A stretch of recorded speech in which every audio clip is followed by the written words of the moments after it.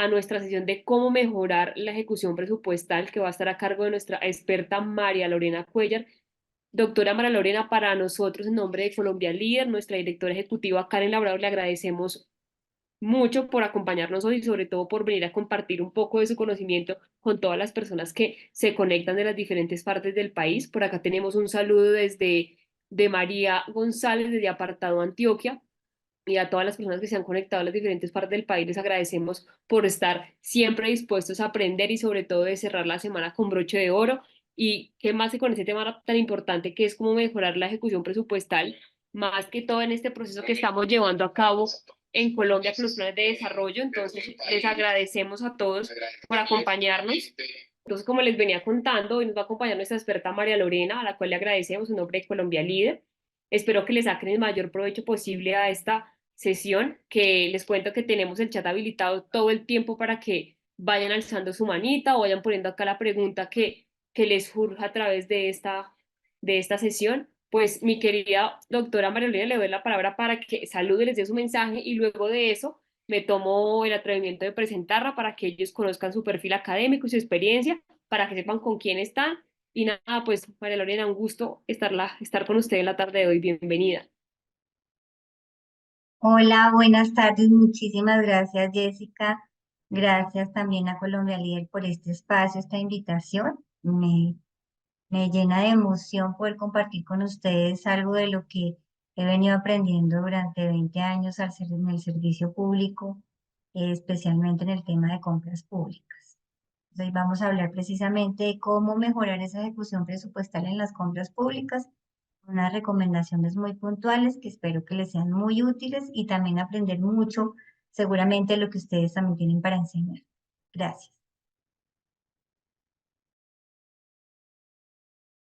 Listo, mi querida profe, entonces me voy a tomar el permiso un segundito de presentarles a todas nuestras personas que se conectan en la tarde de hoy. Denme un segundito, les cuento con quién vamos a estar. Entonces, la doctora María Lorena Cuellar Cruz es abogada experta en asuntos públicos con más de 23 años de experiencia en acompañamiento preventivo a entidades para el cumplimiento normativo en materia conceptual, en materia contractual, perdón, también en investigación de asuntos disciplinarios como mecanismo de la prevención de la corrupción, elaboración de lineamientos y diseños estratégicos para la prevención del fraude, soborno, lavado de activos, financiación del terrorismo, financiamiento de la proliferación de armas de destrucción masiva, también ejerció sus funciones propias del derecho contencioso, administrativo y sobre todo especialista en gerencia de procesos de calidad.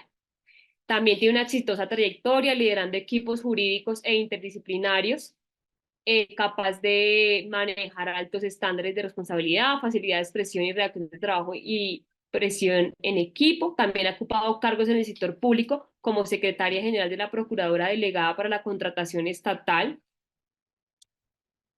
en la Procuraduría General de la Nación y secretaria general del Fondo de Adaptación. También se ha desempeñado como asesora externa de entidades como el Instituto de Desarrollo Urbano de Bogotá y la Aeronáutica Civil. También ha sido docente de la Universidad Nacional de Colombia, de la Universidad Santo Tomás de Bucaramanga y de la Pontificia Bolivariana en Palmira, Valle del Cauca.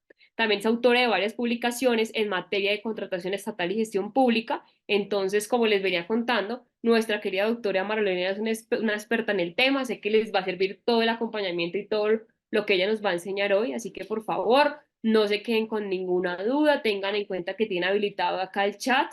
Por acá Germán dice que gracias por las invitaciones. Entonces, mi querida profesora María Lorena, el auditorio es suyo. Nuevamente, gracias por conectarse a nuestra sesión y aceptar nuestra invitación sobre todo, y por querer donar su tiempo a Colombia y a la Escuela de Gobernantes. Gracias, Jessica. Bueno, voy a compartir pantalla para que me cuenten si están viendo bien la presentación.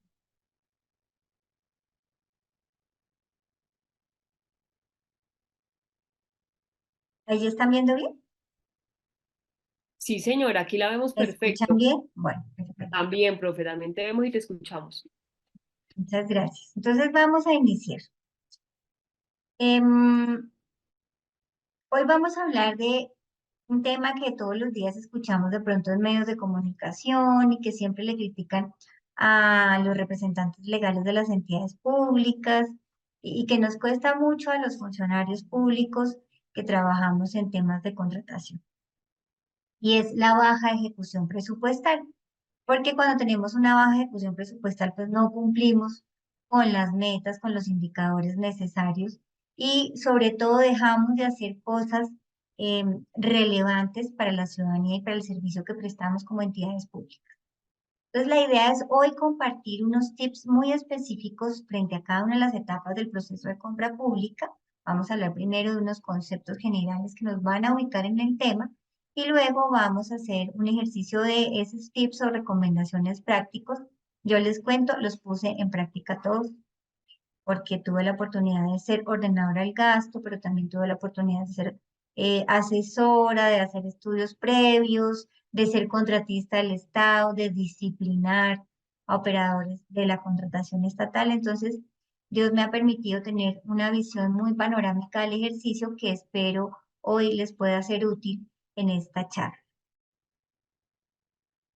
Entonces, el primer concepto que quiero compartir con ustedes es el del sistema de compras públicas. Cuando uno sale un poco del concepto de contrato estatal, que es aquel que suscribe una entidad pública, de acuerdo con los derroteros de la Ley 80 de 1993, se encuentra con que hemos venido avanzando en un sistema de compras públicas desde la ley 1150-2007, Colombia inició un trasegar para ser aceptado en la OCDE, que es una organización no gubernamental que se encarga de buenas prácticas en materia de gobernanza, y aceptó el reto de cumplir unos estándares internacionales en materia de compras.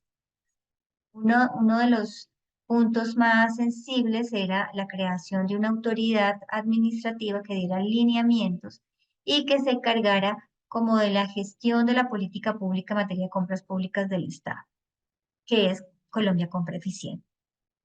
Entonces, a partir de la Ley 1150, los decretos reglamentarios de la creación de la Agencia Nacional de Contratación Colombia Compra Eficiente, comenzó un desarrollo, una evolución hacia cumplir esos estándares.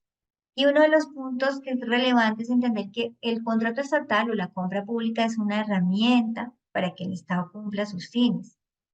Eh, Siempre que tenemos eventos con funcionarios públicos, em, sabemos que hay detrás de cada evento un ejercicio muy fuerte de contratación de la logística del evento, de los docentes o de los conferencistas, de la conexión virtual. Entonces, todo pasa en últimas por la compra pública o por el contrato estatal, porque el Estado desarrolla sus fines, cumple con la prestación de los servicios y con la salvaguarda de los derechos fundamentales de los ciudadanos a través de la compra. En compra pública, pues nada de eso puede ser efectivo. Por eso es un tema tan relevante. Y se ha regulado tanto con muchos decretos reglamentarios, hay muchas leyes que tienen normatividad para el proceso de compra pública, lo que a veces hace difícil el entendimiento. Entonces, este primer concepto de sistema de compras públicas es muy importante. ¿Por qué? Porque va más allá del concepto de contrato estatal. Y se fundamenta en que tenemos unos elementos o unos actores y unos roles en el proceso de la compra pública vista estratégicamente, es decir, desde el Estado y desde el mercado, que deben interactuar de forma adecuada para que podamos obtener los resultados que buscamos. Y es que el Estado satisfaga sus necesidades y que el mercado se mueva también y el Estado genere un impulso en la economía. Entonces, en ese sistema de compras públicas ustedes pueden ver que hay entidades estatales, las entidades compradoras, pero allí también vamos a encontrar los particulares que administran recursos del Estado, por ejemplo, que hoy en día la regulación ha llegado hasta esos actores. Los proveedores, que hay nacionales o extranjeros, personas naturales o jurídicas. Hoy tenemos unos proveedores muy especiales que se han creado en medio del ejercicio de acciones afirmativas para proteger a grupos vulnerables. Entonces hablamos de las minorías étnicas, de grupos sociales, de las juntas de acción comunal, de grupos organizados de etnias. Entonces en esos proveedores está todo el mercado existente. Están los entes o instancias de control que están vigilando permanentemente qué hacemos, los deberes, digamos, del servidor público o de quien cumple funciones públicas y también de quien administra recursos del Estado. Y están los medios de comunicación que producen información y que nos generan una retroalimentación permanente de cómo funciona ese proceso. A veces esa retroalimentación no es tan objetiva y desconoce el esfuerzo que hacen muchísimos servidores públicos para que el proceso de compra pública se termine bien.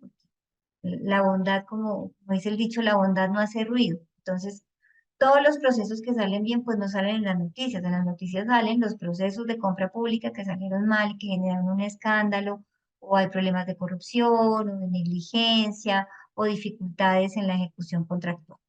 Pero realmente, si uno lo ve en perspectiva, es un porcentaje mínimo y muchas entidades y muchos operadores de la compra pública lo hacen divinamente, sin aplausos y sin tener una cámara encima. Entonces, los medios de comunicación pues son unos actores relevantes porque van a entregar información y a recibir información. Y están los ciudadanos, que son la razón de ser del proceso de compra pública, porque lo que se busca es que todos tengamos nuestros derechos y los podamos ejercer de manera eficaz, y para eso pues necesitamos una prestación adecuada a los servicios públicos y que el Estado cumpla con esos fines constitucionales. Entonces, entender que el contrato estatal o la compra pública están en esa dinámica. Y como vemos, los proveedores nos traen el mercado. Entonces, muchas malas prácticas que tenemos en la compra pública obedecen a malas prácticas en el mercado. Y en eso hay que reconocer que Colombia tiene un sistema económico débil todavía en muchos aspectos, y esa debilidad se va a mostrar en defectos de ese sistema económico. Entonces, poco vemos que esas mafias de contratación que se forman a veces, o los temas de corrupción, tienen que ver con que todo el mundo quiere contratar con el Estado porque garantiza pago, porque garantiza precios razonables, y porque es una ventana, digamos, hacia el mercado muy importante.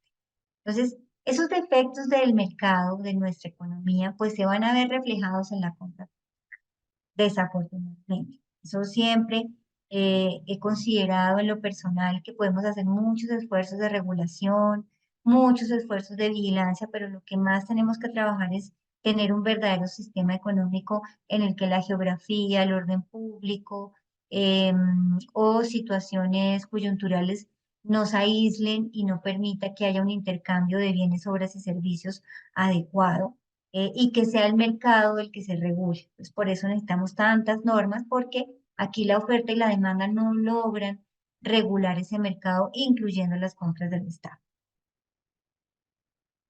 Bien, un punto que es importante para entender esos tips, esas recomendaciones de cómo mejorar esa ejecución presupuestal, es entender la naturaleza de ese contrato estatal o compra. Es un concepto fundamental. No veo las manitos, entonces les pido porfa que me avisen cuando hayan manitos levantadas para poder atender las preguntas, o si hay en el chat preguntas también pues estaré atenta. Entonces, la compra pública, dijimos, hay una definición orgánica que es cualquiera que firme una de las partes en el negocio jurídico, sea el Estado que lo firme una entidad.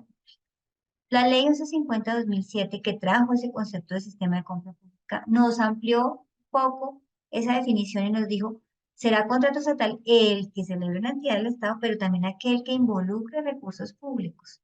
Entonces, fíjense que hoy en día los órganos de control, las noticias, los medios de comunicación, las redes, eh, están abocados a revisar esa compra pública que se hace con recursos del Estado, así no la hagan servidores públicos o particulares que cumplan funciones públicas.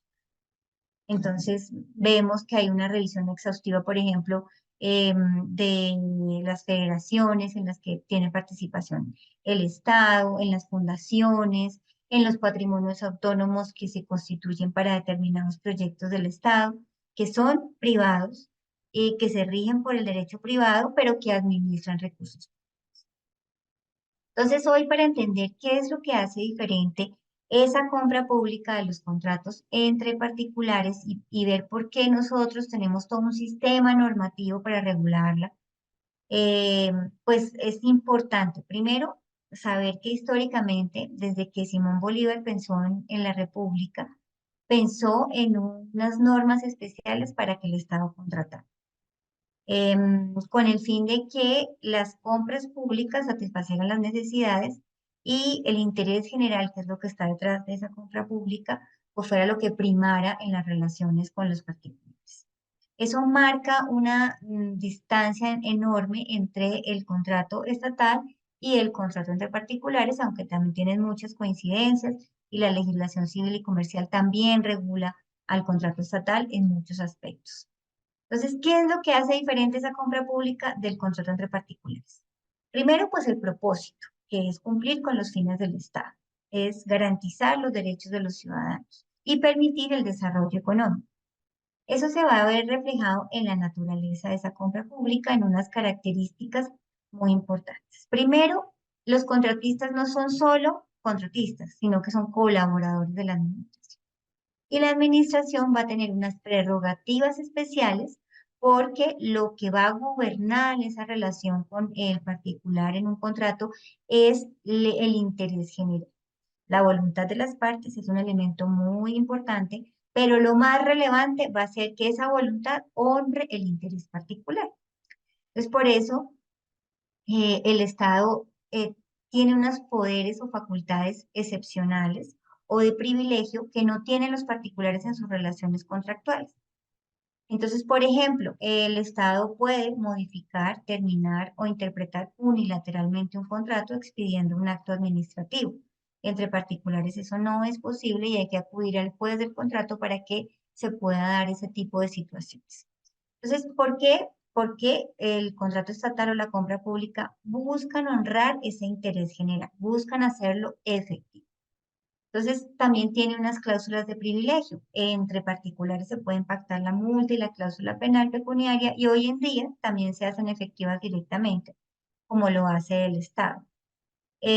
Antes, digamos que se decía que eran de privilegio porque entre particulares no las hacían efectivas directamente, sino que acudían al juez. Hoy, digamos, ha evolucionado esa práctica y también entre particulares se pactan y se hacen efectivas directamente esas cláusulas de multa y cláusula penal pecuniaria.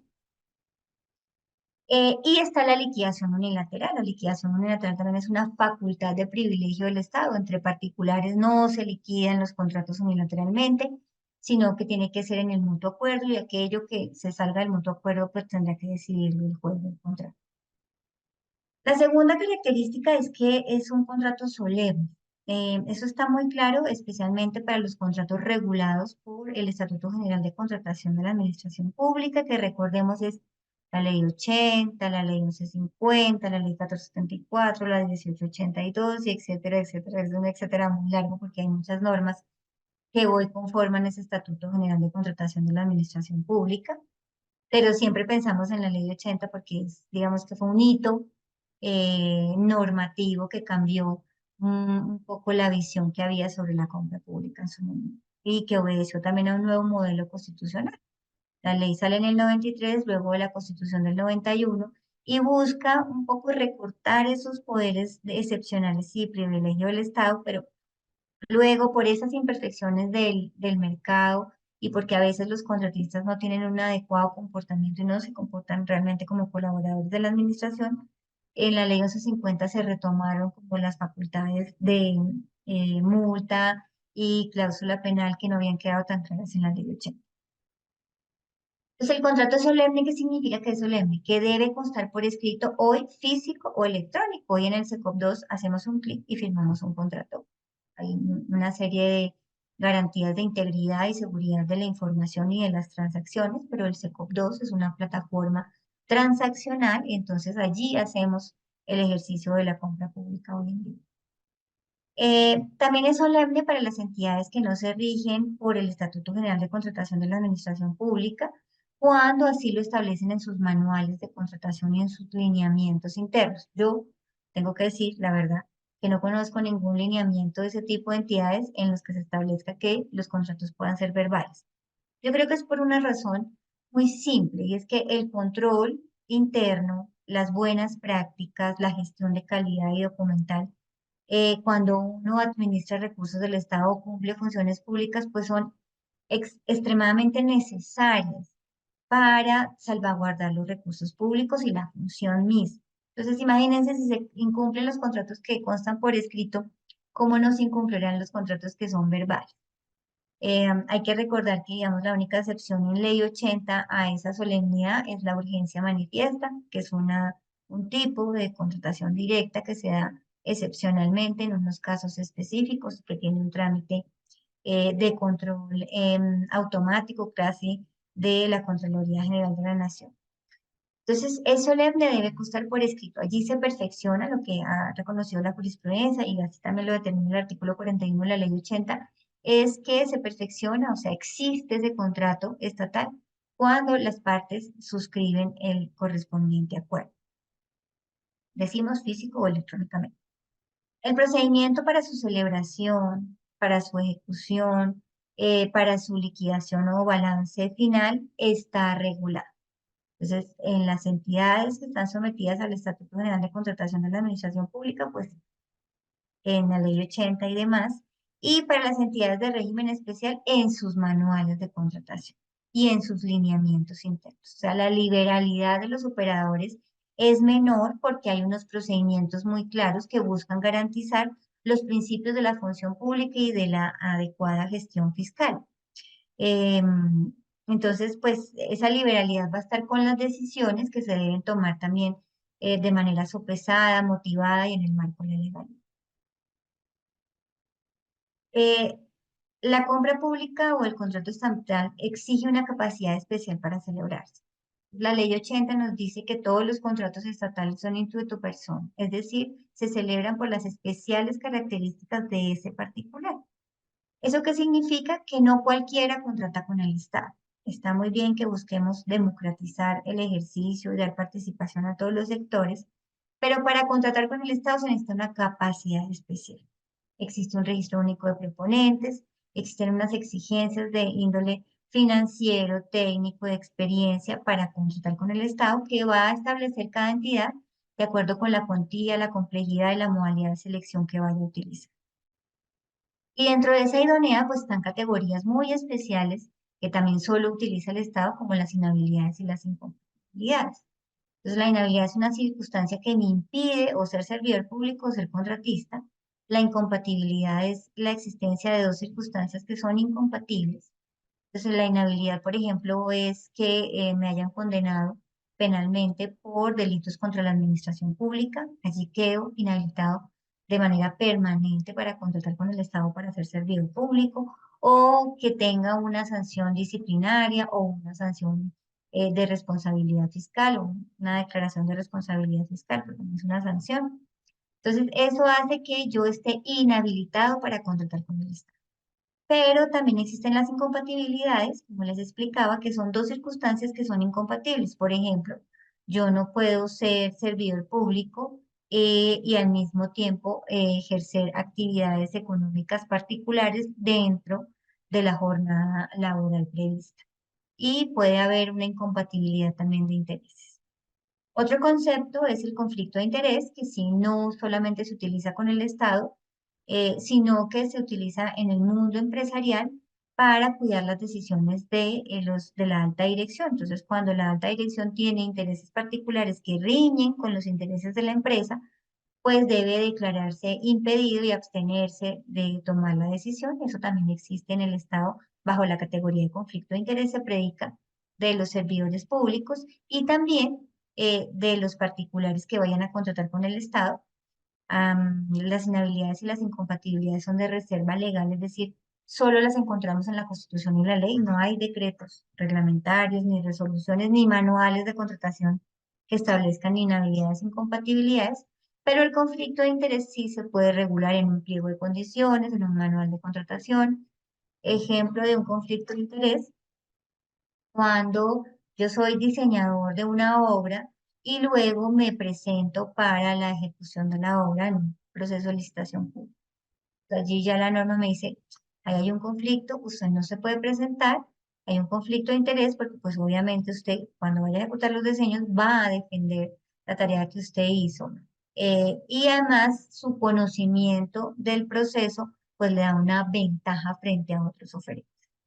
Entonces, esa es una categoría de conflicto de interés. Entonces, si nos fijamos, la selección objetiva, que significa que yo seleccione el contratista de manera objetiva, de manera desprendida de todo tipo de consideración personal o subjetiva o con miras a favorecer, es obligatoria para cualquier contrato que celebre el Estado, no importa si se rige por el Estatuto General de Contratación de la Administración Pública o si se rige por el derecho privado. La selección objetiva, después de la ley 1150 de 2007, digamos que con la ley 80 buscábamos contratar al mejor oferente. Por eso era que evaluábamos el equipo, el personal, evaluábamos la experiencia. La ley 1150, cumpliendo con esos estándares internacionales que yo les contaba de la OCDE, dijo, no se trata de escoger el mejor oferente, sino la mejor oferta. ¿Y qué es lo que busco el oferente? Que sea capaz de ejecutar el contrato. Entonces, esa capacidad hoy la medimos en materia legal, técnica, administrativa, de experiencia, está para las entidades sometidas al estatuto, para la ley 80, pues está en el RUP, en el Registro Único de Proponentes, y para las entidades de régimen privado, pues ellas establecen sus indicadores y los revisan directamente, aunque también pueden utilizar el Registro Único de Proponentes, que no les es obligatorio, pero porque pueden adoptar como una buena práctica. Entonces, esa selección objetiva es el mantra con el que yo quiero que se vayan, que lo repitan cuando tengan que tomar una decisión. Siempre buscamos contratar un oferente capaz cuya oferta sea favorable. La favorabilidad hoy se mide en calidad y en precio. La favorabilidad es un valor agregado o ventaja competitiva que tiene la oferta sobre el mercado que yo estoy revisando con las otras ofertas o propuestas que se presentan. Entonces, eso es muy importante porque ese principio de selección objetiva se tiene que garantizar en cualquier régimen de contratación. Otra característica de la compra pública es que es bilateral, conmutativo y sinalagmático, que significa que siempre vincula más de una parte. Hay mucha gente que dice que el contrato de donación es unilateral porque uno dona, el Estado no le puede donar a particulares, pero hay donaciones o cesiones de bienes entre entidades públicas. Pero allí también se dan obligaciones para quien recibe la donación. Entonces, todos los contratos estatales siempre serán mínimo bilateral porque puede ser multilateral con varias partes. Conmutativo. ¿Qué significa conmutativo? Y es que las partes tienen contraprestaciones equivalentes. Es decir, el Estado va a recibir un bien, obra o servicio por un valor y lo va a pagar al contratista y hay una equidad entre lo que se recibe y lo que se paga. Entonces, todos los contratos estatales siempre van a tener una ecuación financiera del contrato que surge al momento en que se presenta una oferta o al momento en que se celebra el contrato. Em, Hay una categoría especial de contratos estatales que son los convenios. Los convenios han sido creados, digamos, en un desarrollo de doctrina y de jurisprudencia porque no hay una definición legal de convenio. Y lo que buscan es, en el contrato ordinariamente las partes tienen intereses contrapuestos, el uno de recibir un bien, obra o servicio y el otro pues de recibir un pago por ese bien, obra o servicio.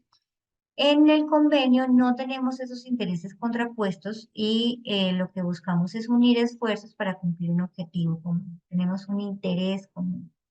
En el convenio no hay pagos como tal, sino aportes de recursos. Y como no hay contraprestaciones mutuas, entonces pues no surge esa ecuación financiera del contrato para que lo tengamos presente siempre. Convenio busca unir esfuerzos. Por eso hay giro de aportes, los aportes pueden ser en dinero o en especie. Hay convenios que están regulados como los convenios de asociación, están los convenios interadministrativos, siempre van a buscar unir esfuerzos para lograr un objetivo común que permita cumplir con ese interés general, honrar el interés general y que tenga que ver también con la misionalidad de la entidad pública y del particular o de la otra entidad pública que se unen como aliados para cumplir ese objetivo. Es inalagmático, que significa que la compra pública es inalagmática, que así como las partes tienen contraprestaciones mutuas y las conocen perfectamente, deben conocer los riesgos que asumen derivados de esas contraprestaciones. Y entonces hoy, en nuestros estudios previos y el sector, que son una herramienta muy importante en la etapa de planeación de las compras públicas, tenemos que hay un análisis de riesgos y se construye una matriz, se identifican los riesgos previsibles que pueden afectar la ejecución del contrato o la operación financiera y se distribuyen, se estiman, se valoran y se distribuyen entre las partes.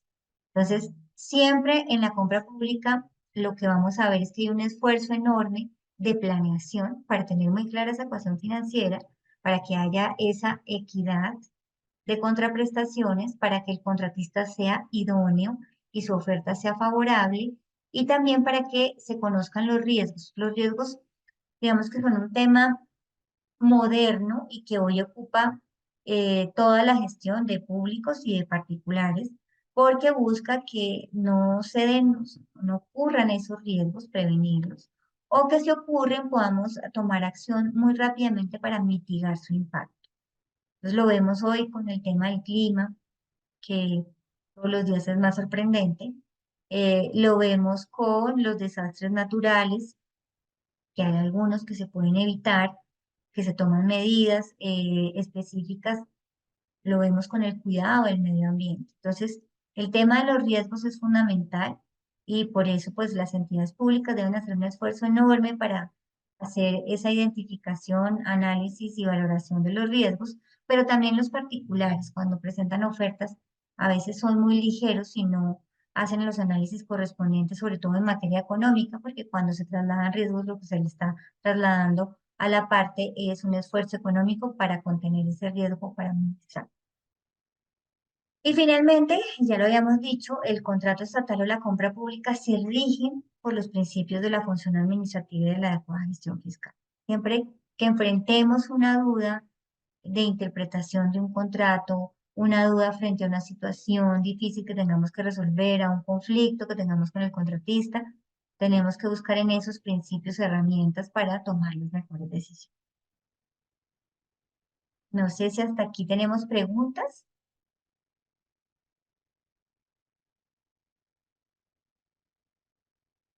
No veo ni manitas levantadas ni en el chat. Mm. Bueno, querida profe María Lorena, hablas con Guaina Muyo, líder de proyectos de Colombia Líder. Tenemos algunas intervenciones en el chat, sobre todo, no tenemos manitas levantadas en este momento.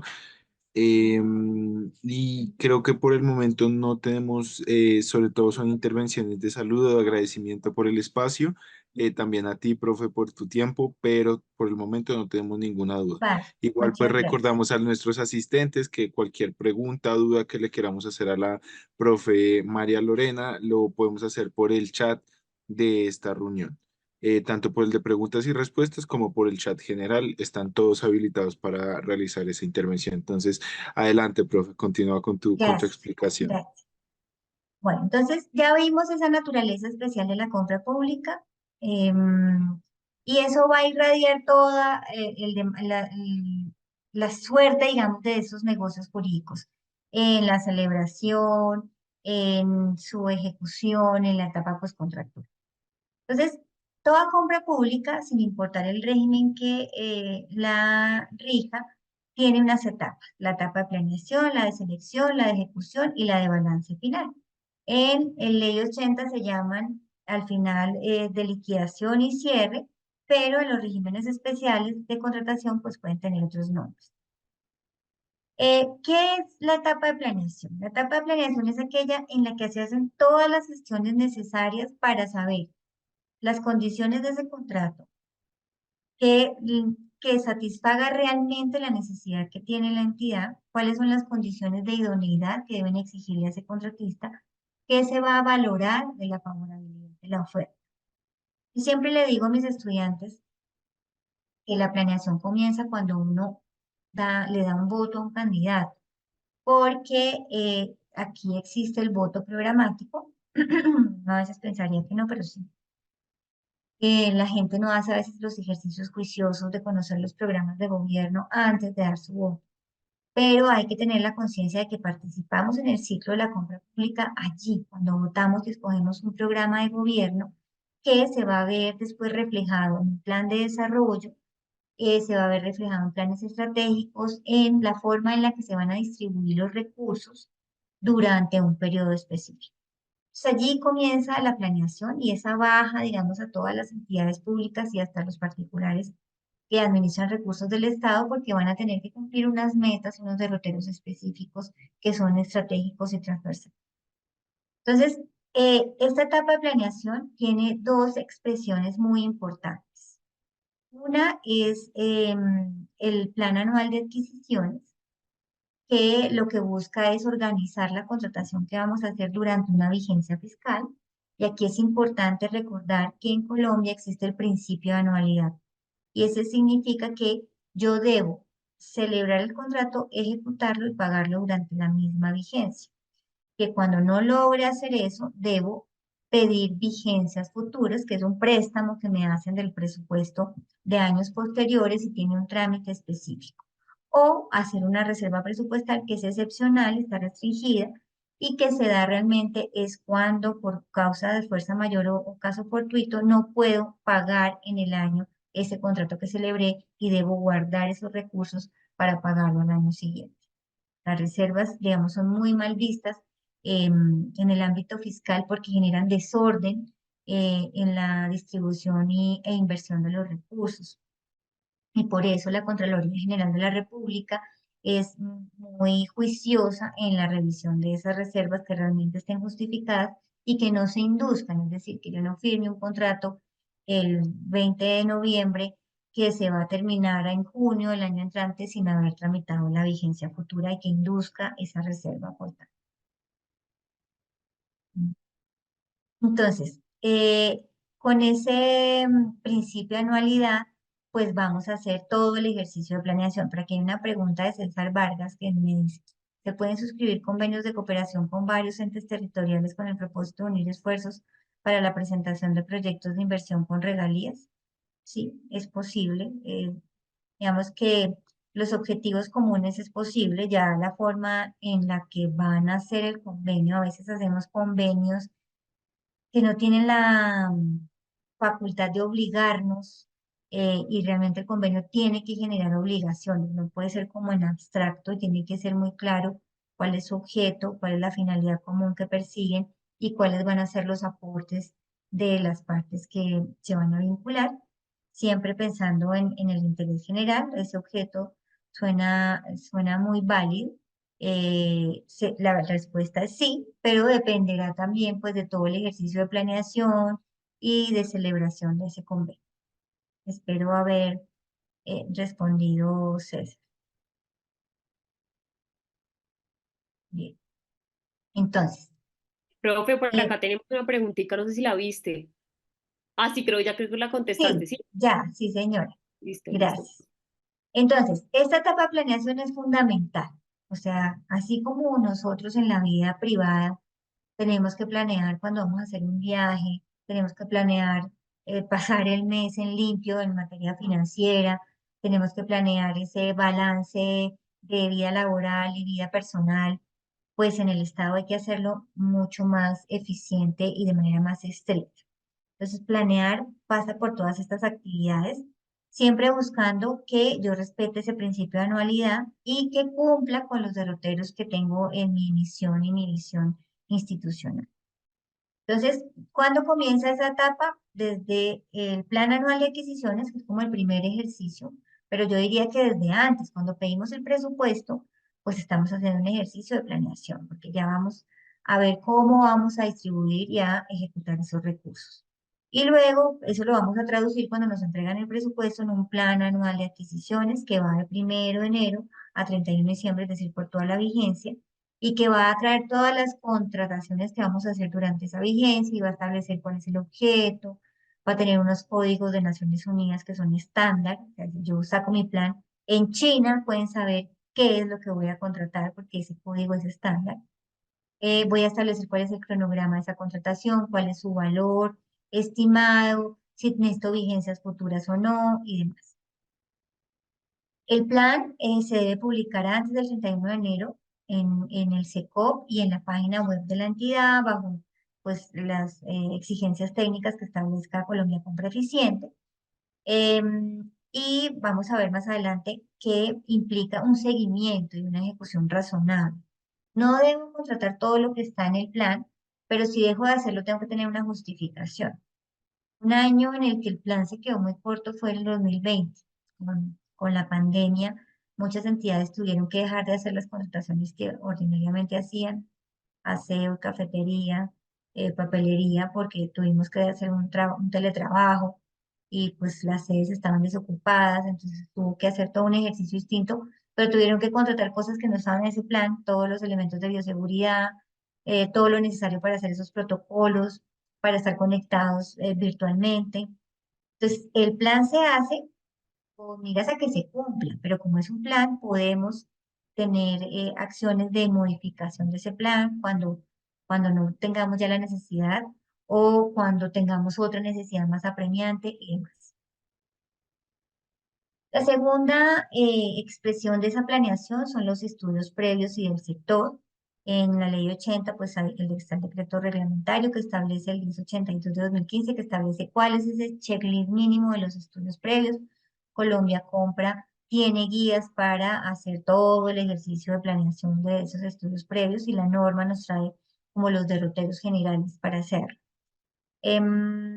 Esos estudios previos son muy importantes, los estudios previos y del sector, porque allí se va a consolidar lo que va a ser el contrato. Cuando nos equivocamos en los estudios previos vamos a tener dificultades en la ejecución del contrato, dificultades en el proceso de selección, en la licitación, en la selección abreviada, en el concurso de méritos, etc. Entonces, pues hay que hacer un esfuerzo enorme, digamos, institucionalmente para hacer una buena planeación. Por eso es que hoy en día ese principio de anualidad ha comenzado a generarnos problemas porque nos tardamos entre 2 y 6 meses para hacer estudios previos dependiendo de la complejidad de la contratación. Y el esfuerzo de pedir vigencias futuras y pasar a veces por los órganos como los consejos, las asambleas, el propio Congreso, para que nos aprueben esas vigencias futuras, pues es difícil. Entonces, por eso es que se plantea que revisemos esa regla fiscal desde hace mucho tiempo, porque tal vez un año no es suficiente para hacer una buena planeación, contratar, ejecutar y pagar. En todo caso, como eso es lo que está vigente, la primera recomendación es que su plan anual de adquisiciones realmente refleje sus necesidades y que se haga un esfuerzo mayor por contratar lo que más se pueda durante el primer semestre. Cuando uno llega al último trimestre del año con un alto porcentaje de presupuesto para contratar, comienza a tener muchas dificultades. Número uno, en todas las entidades públicas están en esa misma dinámica. Entonces, los proveedores están en una feria de contratos y obviamente se van a decantar por las entidades de mayor presupuesto. Entonces, eso nos pone en un tema de competencia de mercado, porque vamos a tener menos participantes en nuestros procesos de contratación, menos interesados. Segundo, porque manejamos tiempos apremiantes, atendiendo ese principio de anualidad. Entonces, vamos a estar corriendo y hay momentos muy delicados de los procesos de selección, como la evaluación de las ofertas. Yo he visto de manera recurrente que se equivocan mucho en esos informes cuando tienen muchas evaluaciones al mismo tiempo. Hay que reconocer además que los equipos de contratación en casi todas las entidades públicas son pequeños, tienen unos cuantos funcionarios, muchos contratistas de prestación de servicios. Entonces, el ejercicio es difícil cuando tenemos todo al mismo tiempo. Entonces, la primera recomendación es sea eficiente. Saque esas contrataciones que son más sencillas en el primer semestre. Las que puede, digamos, las que son rutinarias, todo lo de gastos de funcionamiento, vigilancia, de cafetería, gasolina, papelería, además que hay muchísimos acuerdos marcos a los que se pueden adherir y eso hace que el proceso sea muy rápido y muy eficiente. Y en el segundo semestre que eso también les permite optimizar los recursos. Yo cuando fui secretaria general de la Procuraduría teníamos un presupuesto irrisorio. Yo les cuento que cambiábamos el papel reciclado por café, no nos alcanzaba por papel higiénico, o sea, cosas de este tipo. Entonces había que hacer un ejercicio muy eficiente. Yo trataba de contratar lo que más podía hasta agosto para que si me quedaban saldos, porque habían subastas inversas, porque se bajaban en el ejercicio de la selección, me quedaban saldos, yo lograba redistribuirlos para comprar otras cosas. Entonces, muy importante que seamos estratégicos en ese ejercicio, hacerle un seguimiento eficiente al plan anual de adquisiciones. No es hacer el plan y olvidarse de él, sino hacer un seguimiento, porque además debemos actualizarlo cada vez que haya un cambio.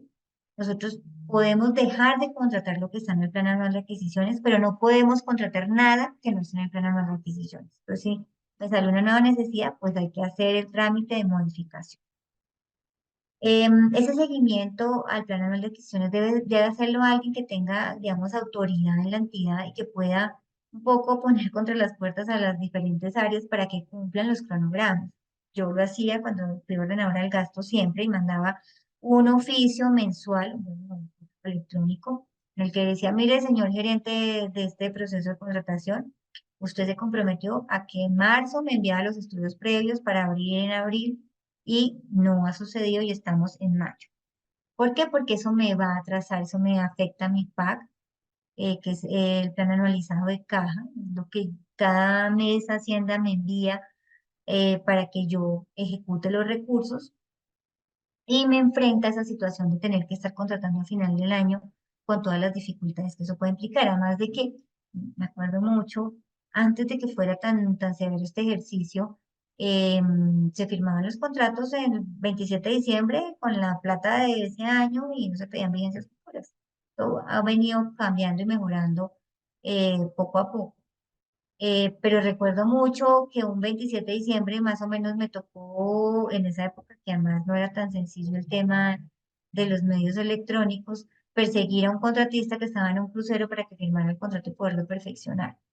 Entonces, siempre llegar al último trimestre con alta contratación es ya una desventaja en todos los sentidos, en el mercado, en la gestión, me expone a mayores hierros, voy a tener mayores dificultades para la ejecución presupuestal y demás.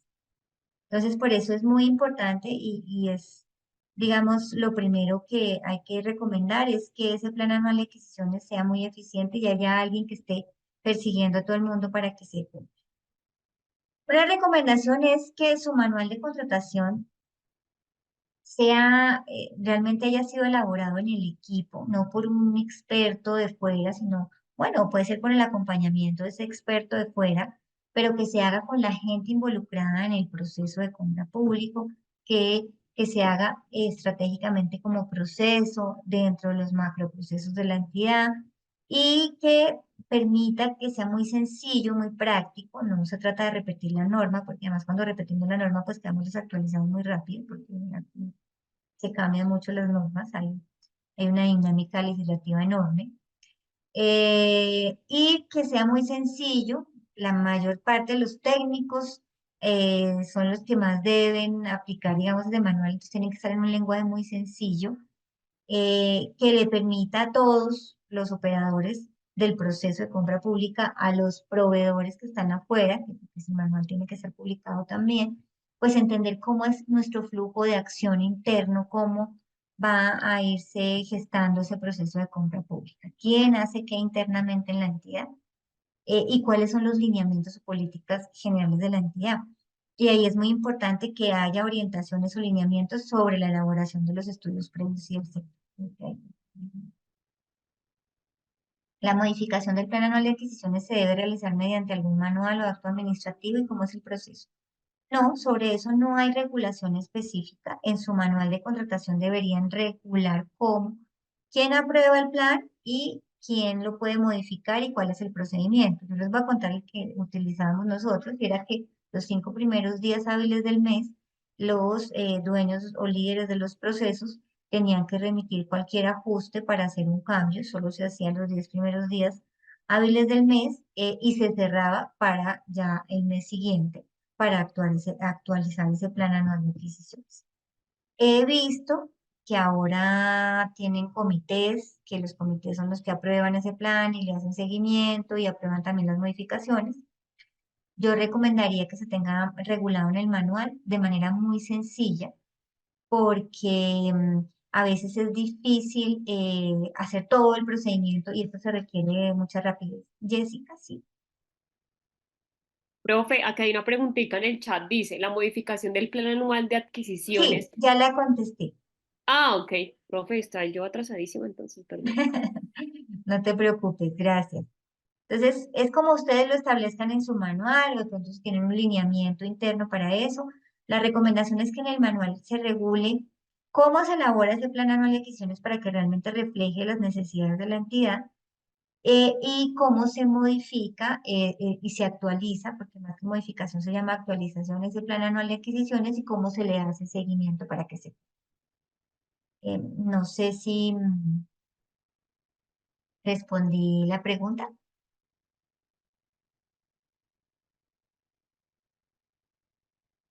Bueno, Yo creo entonces, que sí, continúo. profe, no veo que ponga otra Sí, contrapregunta. vale. Bueno, gracias. Entonces, ese manual de contratación es muy importante para que podamos tener una planeación efectiva y para que nuestro proceso de compra pública sea muy sencillo y práctico. Em, el, bueno, como ya les dije, el plan anual de adquisiciones, pues hay que hacerle un fuerte seguimiento, tiene que haber una instancia que permita que se cumpla, porque la idea de los planes es pues cumplirlos, y que cuando tengamos que desviarnos por algo, pues se actualice y se ejecute de manera adecuada. Em, Desarrollar unos estudios previos y el sector también es muy importante. Y en eso, pues la recomendación es em, tener unos equipos interdisciplinarios fuertes. Hay que hacer capacitación permanente, los lineamientos para su elaboración deben estar claros. Tenemos las guías de Colombia Compra Eficiente, hay muchos conceptos de Colombia Compra Eficiente que podemos utilizar cuando tengamos dudas, pero sobre todo hay que conocer el mercado. El estudio del sector es conocer el mercado, saber quiénes son los proveedores, si son nacionales o extranjeros, qué riesgos hay en ese sector, cómo se paga en ese sector, cómo fue el crecimiento de ese sector. Todo eso me va a permitir establecer las condiciones que yo le voy a pedir de capacidad al oferente. Y entonces es muy importante, por ejemplo, si el sector es regulado, se necesitan licencias, permisos, autorizaciones y demás.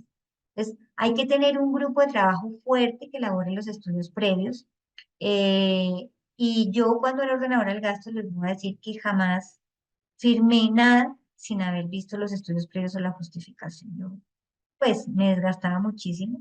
Las arrugas la mayor parte provienen del ejercicio, la otra parte de mi marido, pero que no lo sepa. Entonces, es muy importante tener un equipo que esté entrenado, que se viva actualizando de manera permanente y que el ejercicio sea interdisciplinario. Los técnicos, los contadores, los financieros, pues, y los abogados hablando el mismo idioma. Claro, cada uno desde su competencia, pero haciendo ejercicios de equipo para que los estudios previos realmente respondan a las exigencias legales, pero sobre todo permitan que yo establezca condiciones fidedignas de contratación, buenos precios de mercado y que vaya sobre seguro protegido en mi proceso. Veo que hay otra manito levantada.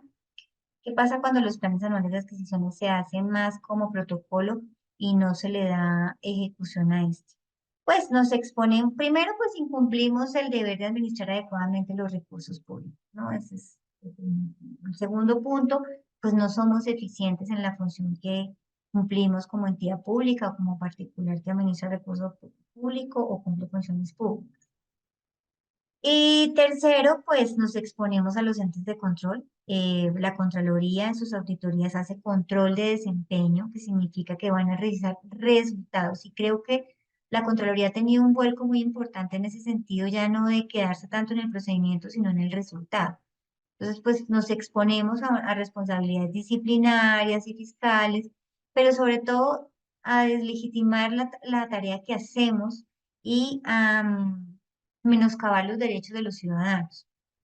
Entonces, el plan anual de adquisiciones debe ser una herramienta de gerencia estratégica de ese proceso de compra pública para que logremos todos los objetivos que están atados a ese plan. O sea, no hay un plan estratégico, no hay un plan de desarrollo que no se cumpla a través de contratos estatales o de compras públicas. Entonces, pues, Si no hay compra pública eficiente, pues tampoco se van a cumplir los planes de desarrollo.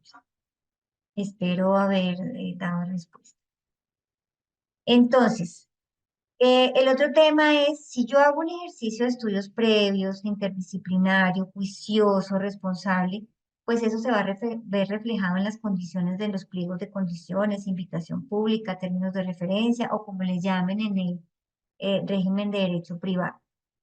Y cuando me hagan observaciones, tanto al proyecto de pliego de condiciones, al pliego de condiciones o a los términos que estoy utilizando para mi proceso de contratación, pues yo tenga posibilidades de contestar de manera adecuada o de replantear esas condiciones porque lo encuentro razonable.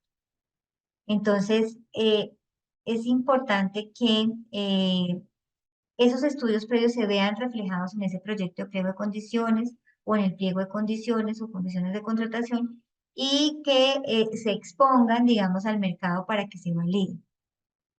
Desde que se publican los proyectos de pliego de condiciones, yo creo que el control ciudadano que se ejerce o el control del mercado que se ejerce es mucho más eficiente.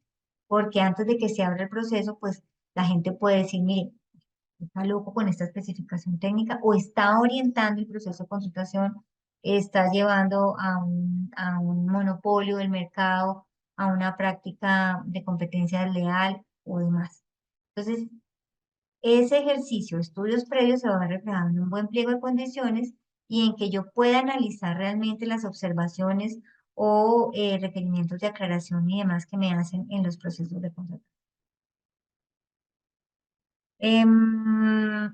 Otro tema y ese es un tip de haber sido operadora disciplinaria y de haber sido investigada también, porque cuando uno es servidor público, pues eso es usual. Gracias a mi Dios nunca, creo que no tuve más de 2 procesos disciplinarios, pero uno siempre tiene que estar consciente de que está en los ojos de todo el mundo porque está manejando el recurso público y cumpliendo funciones públicas. Y de mi experiencia les puedo contar que hay que documentar todo lo que hagamos y todos los análisis que hagamos.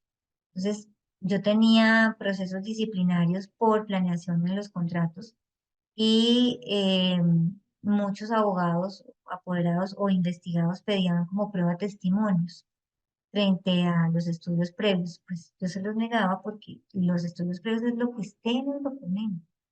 Uno puede pedir conceptos técnicos, de pronto que amplíen lo que está en el estudio previo, pero por testimonio yo no le voy a probar a nadie que yo hice unos buenos estudios previos y el sector, o que tomé una decisión de manera adecuada, una modificación de un contrato, de la liquidación en determinado momento.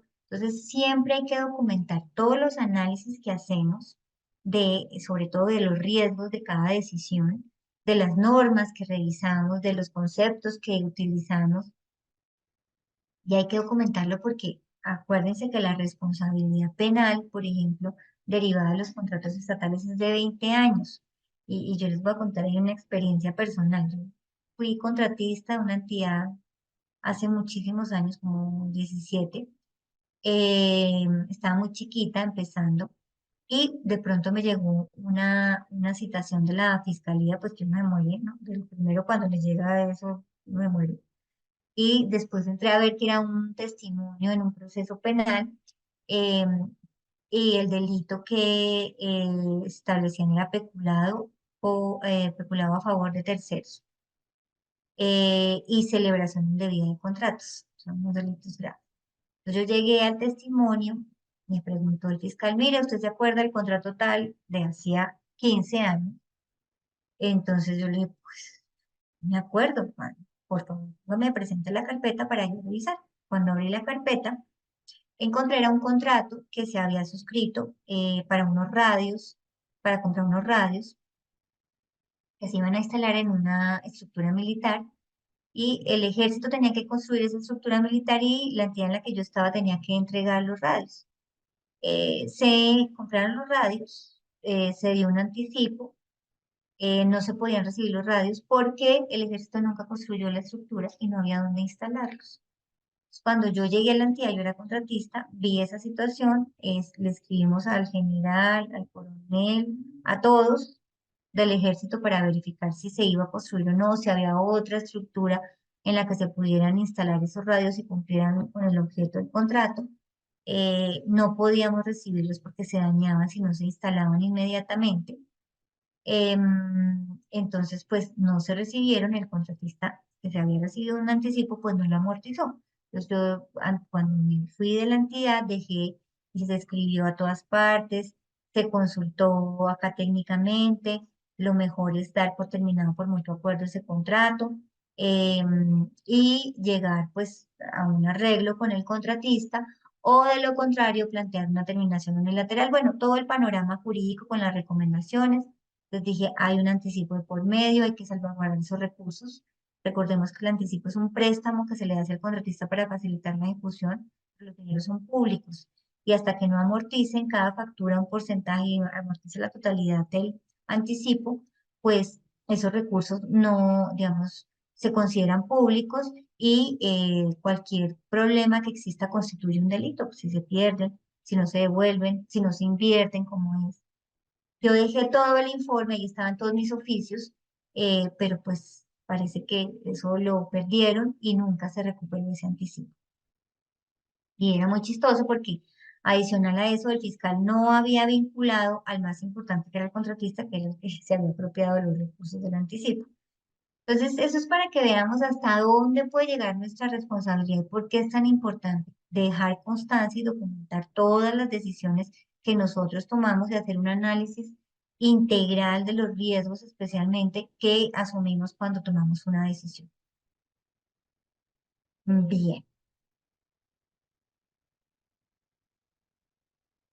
Em, el SECOP tiene que ser su mejor amigo para hacer los estudios previos y el sector. ¿Por qué? Porque hay otras víctimas que como usted va a contratar lo mismo y que ya han hecho el ejercicio y tienen un conocimiento que nos pueden compartir a través de esa revisión del SECOP. Entonces, el SECOP tienen que manejarlo al dedillo, las personas que hagan estudios previos, para que realmente puedan consultar allí las experiencias y el conocimiento de otras entidades públicas sobre objetos similares a los que van a contratar. Y pues trabajar en equipo por proceso. Cuando uno trabaja por proceso, hace una gran diferencia. Cuando yo trabajo por proceso, pienso en las entradas de ese proceso y en los resultados. Cuando hay errores, yo no pienso en la persona que se equivocó para echarla o para perseguirla, sino pienso en el error que se cometió en el proceso para optimizar, para mejorarlo, para no volvernos a equivocar. Las responsabilidades pues serán posteriores. Entonces, trabajar en procesos es entender que hay muchos que interactuamos, que no es culpa de una sola persona, digamos así, los hierros que se presenten, y que en ese proceso tenemos que estar tan pendientes de los insumos que recibimos como de los resultados y sobre todo que tenemos unos clientes internos y externos que son los que están esperando unos resultados específicos. Entonces, eso es muy importante, trabajar por proceso, que haya una comunicación fluida entre todas las áreas que participan en ese proceso y no se anden echando culpas y dejándose constancias, que hoy la comunicación sea a través de correos electrónicos, que puede ser muy formal y tener todo el archivo documental, y que la alta dirección se ocupe mucho del tema de la contratación. Es decir, si uno tiene una alta, si delegan la ordenación del gasto y la alta dirección no le importa lo que pase con la contratación, pues va a haber un tema difícil de gestión, no se van a lograr los resultados que se esperan.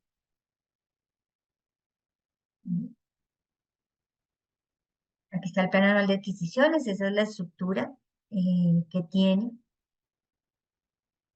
Y luego de que hacemos toda esa planeación, entonces, y ya tenemos un proyecto de pliego de condiciones que lo llevamos al SECOP para que no le den palo, o tenemos un pliego, una invitación ya en el régimen especial, y lo sacamos, lo publicamos y no le dan palo. Entonces, empieza esa etapa de selección. Entonces, la etapa de selección, pues, es aplicar la modalidad de selección que corresponda. En el Estatuto General de Contratación tenemos 5. Entonces son la licitación pública, que es la regla general, eh, la selección abreviada, que hay varios tipos de selección abreviada, la selección abreviada de menor cuantía, la subasta inversa, etcétera. Está el concurso de méritos, que es para contratar expertos, es en el único proceso donde evaluamos condiciones del oferente, porque necesitamos un experto, los demás no vamos a evaluar condiciones del oferente, sino de la oferta. Y está la contratación de mínima cuantía, que también tiene una convocatoria. Y finalmente la contratación directa, que es la excepción a la convocatoria. Fíjense que de 5, 4 son por convocatoria y una es directa y se dan las causales taxativas que trae la norma. No me puedo inventar causales de contratación directa y de manera excepcional. Por eso existen actos administrativos de justificación de esa contratación y tenemos que ser mucho más rigurosos en los estudios previos del sector para demostrar por qué teníamos que acudir a esa contratación directa y no a la regla general que es la convocatoria. Entonces, esas son las 5 modalidades de selección del estatuto, pero en los manuales de contratación de las entidades de régimen privado, pues estarán establecidas las modalidades de contratación en las que también será la regla general, la convocatoria, la competencia, y la excepción, la contratación directa. Entonces, en esa etapa buscamos hacer efectivo el principio de selección objetiva. Yo les decía, es un mantra el principio de selección objetiva. ¿Cuál es? Que buscamos contratar a alguien que sea capaz de ejecutar el contrato en términos financieros, legales, técnicos, de experiencia, administrativos, y cuya oferta sea favorable en términos de calidad y de precio. Entonces, ese es el principio de selección objetiva que se aplica para cualquier régimen de contratación frente a una compra pública. Entonces, allí es muy importante que desde los estudios previos tengamos mucha claridad en cuál debe ser la capacidad que debemos exigirle a los oferentes, cómo la deben demostrar y cuáles son esos elementos de favorabilidad de la oferta que vamos a ponderar. La recomendación es siempre ponderar elementos que generen un valor agregado. Les voy a poner ejemplos. Entonces, a veces las entidades públicas establecen que van a asignar puntaje en una obra, por ejemplo, por la presentación de un cronograma GAN. Y pues uno se pone a ver si qué valor agregado le genera la contratación. Ninguno. Es de cumplimiento, porque un cronograma lo que busca es un cumplimiento en términos. Entonces realmente eso ni me genera diferencia para las evaluaciones en la ponderación, ni me genera un valor agregado al objeto. Mientras que, por ejemplo, yo puedo evaluar que hayan unas especificaciones técnicas superiores de algún ítem en el contrato, que haya una garantía técnica o legal, que ya vamos a ver más adelante el concepto, adicional, cosas que le generen un valor agregado al objeto contractual. Aquí pues hay una sentencia que les cito que es muy importante. La selección objetiva aplica en todas las modalidades de selección, incluyendo la directa. A veces esta modalidad de selección se presta para que se cometan, digamos, infracciones a ese principio de selección objetiva. Entonces es usual que el 25 de noviembre estemos con convenios interadministrativos porque ya no alcanzamos a ejecutar los recursos de otra manera y convenios que realmente lo que están escondiendo es una relación de contrato, una relación en la que haya contraprestaciones mutuas y que se celebran con personas, con entidades públicas que no tienen la capacidad para contratar. Yo cuando era ordenadora del gasto, pues la verdad, de forma directa hice muy pocas contrataciones, pero las interadministrativas menos, porque adicional a ello, como entre el Estado hay igualdad, no hay la subordinación que existe entre el particular y el Estado, yo les hablaba porque el Estado protege el interés general y por eso hay cláusulas excepcionales. Entonces, en el Estado no, porque estamos en una relación de igualdad, no hay subordinación y entonces no puedo pactar las cláusulas excepcionales. Yo siempre le decía a mi equipo de trabajo cuando me proponían esos interadministrativos, si esta entidad pública se presentara al proceso de selección ordinario que tocaría adelantar de convocatoria pública, ¿podría pasar? Si la respuesta es que no, no contrate, no haga ese interadministrativo, porque esa entidad pública va a incumplir, lo va a dejar tirado con la contratación y usted va a generar un daño fiscal y una responsabilidad disciplinaria. Entonces, no es que no se pueda hacer, desde luego que se puede hacer y que hay muchas entidades públicas, como empresas industriales y comerciales, sociedades de economía mixta, empresas de servicios públicos, universidades públicas, que pueden entregar bienes, obras y servicios con calidad y en cumplimiento, pero hay otras que no. Yo me acuerdo haber tenido un proceso disciplinario en el que se investigaba a un ordenador del gasto por una celebración de un interadministrativo de 6.000 millones de pesos con una fundación del Estado que no tenían ninguna experiencia en la ejecución del objeto contractual, pero adicionalmente que tenía un capital de 70 millones de pesos, pero les pedimos un contrato de 100.000 millones de pesos y les giraron un anticipo de 2.500 que se embolató. Entonces, siempre tener presente ese principio de selección objetiva, no importa la modalidad ni el régimen de contratación en el que esté. Bien. ¿Qué recomendaciones hay especiales para esta etapa?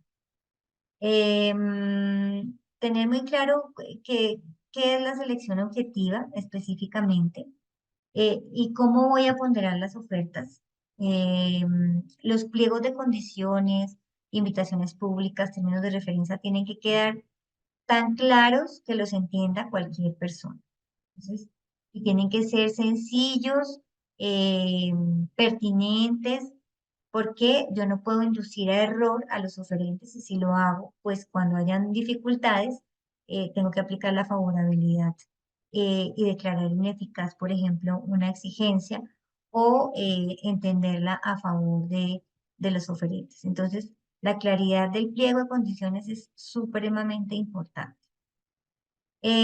Los cronogramas de los procesos de selección pues deben garantizar la libre concurrencia, es decir, que no corra yo porque es que se me va a vencer, y allí la importancia del plan anual de adquisiciones, que se me vence el contrato en un mes, entonces yo corro como un loco con ese proceso de selección y dejo unos términos muy cortos, eso me quita maniobra y muy seguramente también a los oferentes posibilidades de participación y de presentar propuestas serias.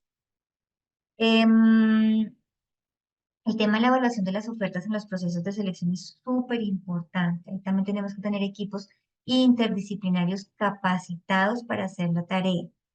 Ojalá tengamos un formato de informe de evaluación y tengamos una disciplina, un procedimiento muy claro de cómo me entregan las ofertas, las reviso por el sector porque ahora se bajan, digamos, ahí mucho más sencillo, cuánto tiempo tengo para rendir el informe.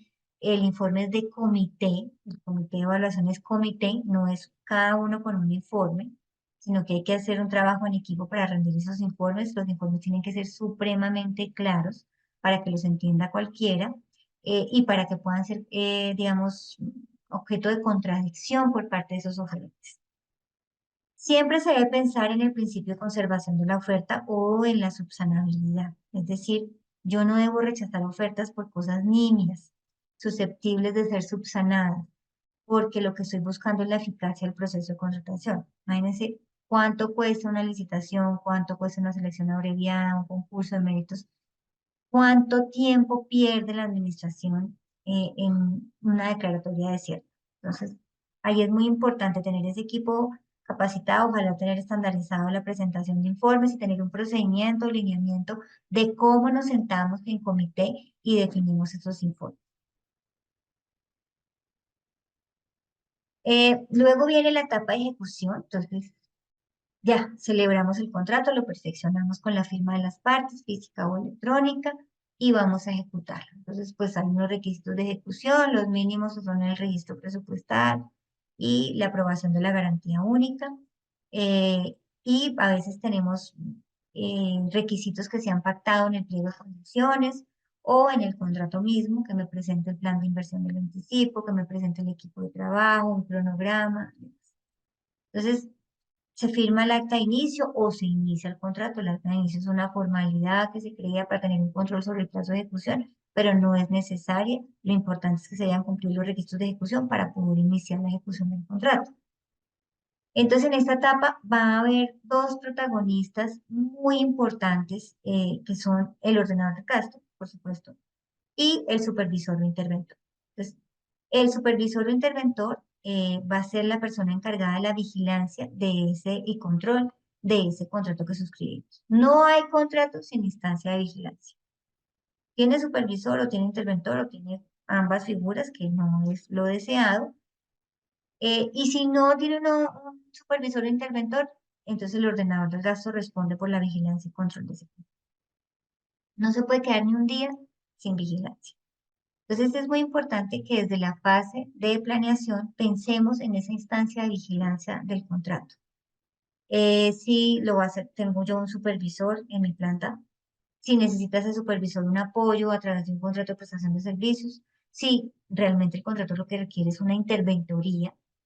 Recordemos que las interventorías en Ley 80 obligatorias son para las licitaciones de obra pública.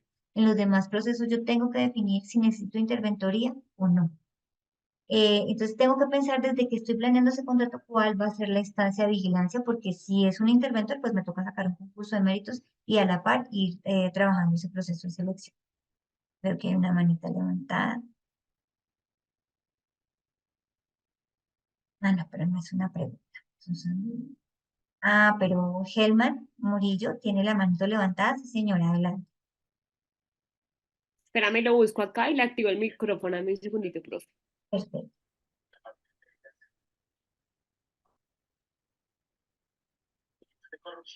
Ya puedes hablar. Helman, ¿me escuchas? De pronto estás hablando con el micrófono cerrado.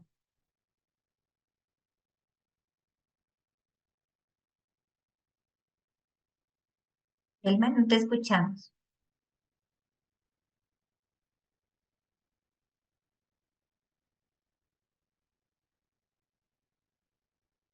Bueno, continuemos a ver si más adelante Sí, yo creo podemos que no.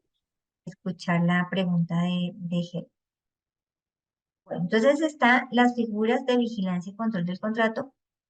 Les voy a contar ahí historia. Ustedes recordarán los escándalos de corrupción de los carteles de contratación en Bogotá. ¿Eso cómo terminó? Con una ley, porque nosotros los colombianos estamos muy convencidos de que eh, la forma de organizar la realidad es sacar nuevas leyes o ampliar su alcance. Es nuestra, con una buena intención, que es corregir los comportamientos, pero pues realmente lo que tenemos que trabajar es en la cultura, no tanto en leyes. Germán escribió. Nos están hablando, la pregunta es las memorias de la capacitación. Jessica, nos están preguntando por las memorias de la Sí, capacitación, el profe, entonces video. ahí en el link del chat, o sea, acá en el chat de la clase, hay un grupito de WhatsApp. Ahí ustedes, por favor, si se pueden agregar, sería un hit. Y ahí vamos a enviar la presentación de la doctora apenas terminemos la capacitación. Ahí mi compañero Guaina volvió a enviar el link para que por favor ingresen a ese grupo y apenas se termine la clase la enviaremos ahí. Perfecto, muchas gracias, Jessica. Entonces ya, Omar, ahí tienes tu respuesta. Bueno, entonces, con esos escándalos, entonces se sacó el Estatuto Anticorrupción. La Ley 1474 de 2011, el estatuto. Tenemos tres estatutos anticorrupción y la corrupción sigue rampante. Entonces, en ese estatuto se cambió, antes de ese estatuto se hablaba de supervisor e interventor como sinónimos. A partir de ese momento, en el artículo 83 y subsiguientes, se determinó una diferencia conceptual entre supervisor o interventor. Entonces, el supervisor es un funcionario de la entidad pública que va a ejercer la vigilancia y control directa sobre ese contrato y que puede tener apoyos a través de contratos de prestación de servicios. Y el interventor es un tercero experto contratado para hacer vigilancia por regla general técnica o integral de un contrato.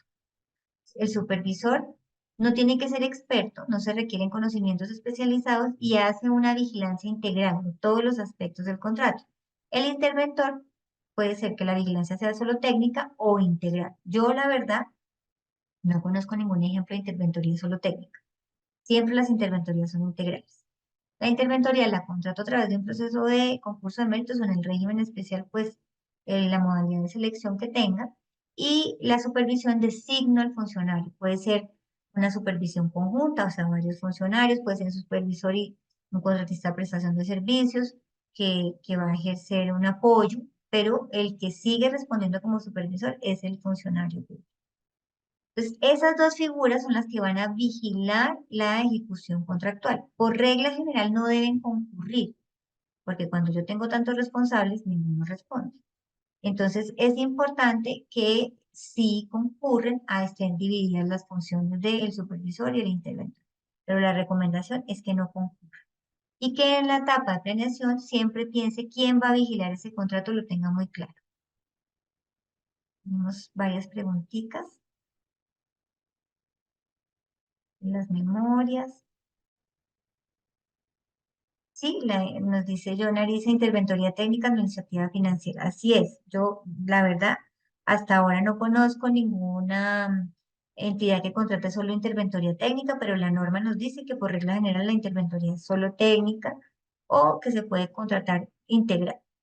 Y pues si uno tuviera interventoría solo técnica, tendría que tener supervisor para los demás aspectos del contrato, que pues, es lo que busca evitar la norma con la concurrencia. Y alguna vez vi por allá una interventoría financiera, pues no es no se puede interventoría, o la interventoría es técnica o la interventoría es integral. Esas son las posibilidades que da la norma. Bien, pues aquí están las dos definiciones de supervisión e interventoría y pues la idea es que no concurran dichas figuras. Entonces, los objetivos del supervisor o interventor y la responsabilidad que tienen son las mismas. En eso no hay diferencia. Entonces, ¿cuáles son los objetivos de la supervisión e interventoría? Controlar. Controlar significa que tiene que estar cierto de las condiciones de ese contrato, todos los anexos que formen parte del proceso de selección, la oferta del contratista, la matriz de riesgos, que es muy importante, y tiene que organizarse de manera tal que acompañe todos los hitos de ejecución del contrato. Entonces, controlar implica que yo conozca en primer término y segundo, que me organice para estar atento a esos hitos de cumplimiento del contrato. Solicitar, yo le puedo elevar muchas solicitudes al contratista, la solicitud es como un tema muy amable en el ejercicio de la ejecución contractual. Luego exigir, que ya es un tonito más difícil, el exigir es ya en el tono de requerimiento de cumplimiento, frente a cualquier incumplimiento del contratista, pues yo tengo que hacerle exigencias siempre por escrito. Esa solemnidad que vimos en la firma del contrato va a acompañar toda la vida del contrato. Por eso todas las instrucciones, órdenes o solicitudes que haga el supervisor o interventor deben constar por escrito, físico o electrónico. Y ahí es muy importante, si es electrónico, que sea el correo oficial del contratista que determinaron en el contrato como domicilio contractual o en el que determinaron el acta de inicio, por ejemplo, que iba a ser la comunicación. Está la exigencia o requerimiento de cumplimiento es muy importante. Uno de los deberes más importantes que trajo el Estatuto Anticorrupción es el deber de mantener informada a la entidad pública de todas las irregularidades que se pueden presentar en el contrato, de cuando se puedan presentar incumplimientos o los incumplimientos ya se hayan presentado. Entonces, ese deber de información tiene que ver con ese deber de exigir. Yo le informo al ordenador del gasto que hay dificultades en la ejecución y hago los requerimientos de cumplimiento del contratista siempre con copia al ordenador del gasto para tenerlo informado y a la aseguradora. ¿Por qué? Porque esos incumplimientos cambian el panorama de riesgos del contrato. Entonces, es un deber que está en el Código de Comercio para los asegurados o beneficiarios frente a las aseguradoras. Colaborar, el contratista pues no es un enemigo, es un colaborador de la administración y hay que facilitar en todos los sentidos la ejecución del contrato. Absolver, de ahí es muy importante decir que si el supervisor no es un experto, tiene que ser idóneo en todo caso para poder vigilar el contrato. Tiene que ser su par, es lo que ha dicho la jurisprudencia y Colombia Compra Eficiente. El supervisor debe ser par del contratista para que pueda vigilar el contrato. Entonces, absolver pues dudas técnicas que tenga ese contratista. Si el supervisor no sabe cómo absolverlo, pues debe acudir internamente o el interventor debe acudir a la entidad, a la instancia que corresponda, pero nunca puede engavetar una solicitud, un requerimiento del contratista, porque se puede generar silencio administrativo positivo luego de 3 meses sin que la entidad haya respondido. Entonces es importante ese absolver oportunamente, y si no puede hacerlo, pues dar traslado a la instancia y poner en conocimiento de la situación al ordenador de gasto. Y para mí el objetivo más relevante que es prevenir. Y pues en prevenir está el tema de gestión de riesgos del contrato. Entonces, para eso, pues hay que acudir a esa matriz de riesgos que hicimos durante la etapa de planeación y hacerle un seguimiento y monitoreo permanente para ver si ocurren esos riesgos. Por ejemplo, cuando el contratista me pide una modificación contractual, ¿qué pasó? ¿Ocurrió uno de los riesgos? ¿El riesgo estaba a su cargo o a mi cargo? ¿Tiene un impacto económico? ¿Estaba como se estableció en la matriz de riesgos o el impacto fue mayor y demás? Entonces, ese monitoreo y administración de los riesgos es muy importante dentro de las tareas que debe cumplir el supervisor interventor y obviamente todo el equipo de trabajo que está detrás. A veces los supervisores interventores dicen, "No, es que nos sentimos muy solos", pero el ordenador del gasto es el primero que llaman en cualquier evento. De la W, los entes de control, es el ordenador del gasto. Entonces, no se sientan solos en ese sentido, que el que mayor responsabilidad tiene es el ordenador del gasto. Y segundo, pues hay un equipo, el equipo financiero, el equipo legal, que tienen que brindar apoyo a ese supervisor interventor para que puedan resolver las situaciones del contrato. Una preguntita. Interventoría de concesión de alumbrado público, la selección del mismo, ¿cuál es el proceso? La interventoría de selección debe ser, digamos, como el tema de si lo está haciendo una empresa de servicios públicos, pues el régimen es privado y será la modalidad de contratación que utilice en su manual la empresa. Y si es el municipio, pues tiene que ser el concurso de méritos aplicando la ley 80/1993 con un proceso de convocatoria por concurso de méritos que puede ser con precalificación o abierto. Con precalificación es que yo hago como una primera verificación de capacidad y solo invito a los que pasen esa verificación. No sé si te respondí, Dumar. Hay dos manitos levantadas. Jessica. Ya, profe, dame un segundito. Creo que igual, Helman, si no estoy mal, déjame un segundo, permitir hablar. Listo, Helman, tienes, ya puedes hablar.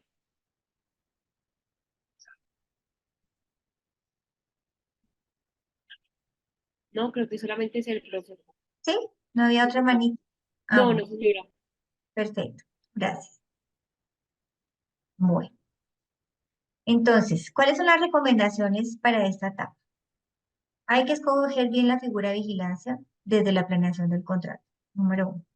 Número dos, en el manual de consultación debe ser claro qué debe hacer el supervisor o interventor, cuáles son sus facultades, cuáles son los procedimientos, los formatos.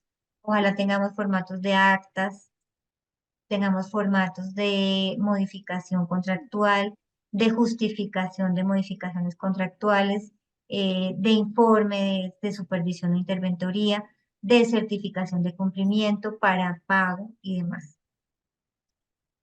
Los procedimientos que se deben aplicar, el manual por eso tiene que ser tan sencillo de tener términos tan claros para que el supervisor o interventor sepan qué es lo que tienen que hacer, con quién tienen que interactuar y cuándo lo deben hacer.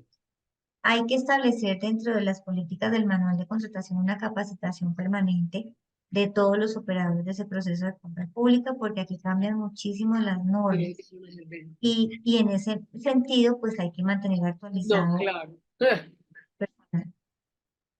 Jessica, creo que se te quedó el-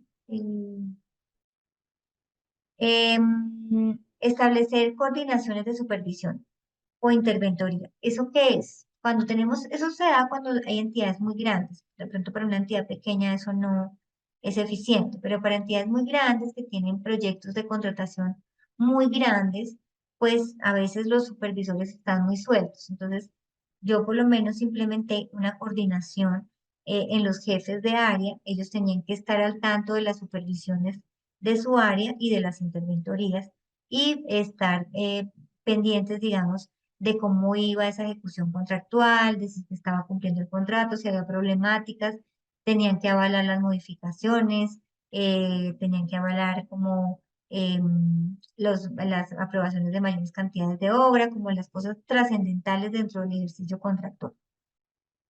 Y lo otro, pues hay que darle mucha relevancia a la gestión documental de los expedientes de los contratos. Hoy en SECOP 2 ese expediente es electrónico. El Archivo General y Colombia Compra dieron unas pautas muy específicas sobre ese archivo del expediente contractual constituye prueba. Hoy los entes de control no le van a pedir carpetas, el ente de control se va a meter al SECOP y va a ver que usted tenga toda la información. Entonces, pues ya no vale la pena tener en físico información, sino tenerla toda electrónica y publicada de manera eficiente y oportuna en el SECO. Entonces, para eso es muy importante que los supervisores estén capacitados en el manejo del SECOP y sea claro qué es lo que publican ellos, qué publica el proceso de compra pública, digamos la jurídica o la administrativa, qué rol tiene el ordenador del gasto, que cada uno tenga el flujo y que el manual de contratación también refleje ese flujo, esos roles dentro del proceso de contratación. Entonces, lo que no esté en el SECOP 2 hoy no existe. Si yo voy a modificar el contrato, pues lo modifico en el SECOP. Entonces, ojo, muy importante eso de los expedientes contractuales. Em, bien, ¿qué otra recomendación? Bueno, ya con eso terminamos las de esta etapa de ejecución.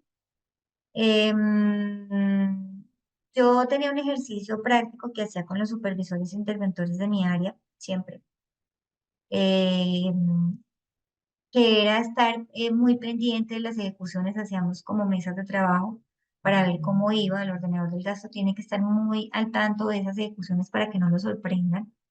Y los supervisores e interventores tienen que ser muy oportunos, sobre todo cuando hay incumplimiento. Gestionar el incumplimiento de los contratistas es relevante para salvaguardar los recursos públicos y la eficacia del contrato.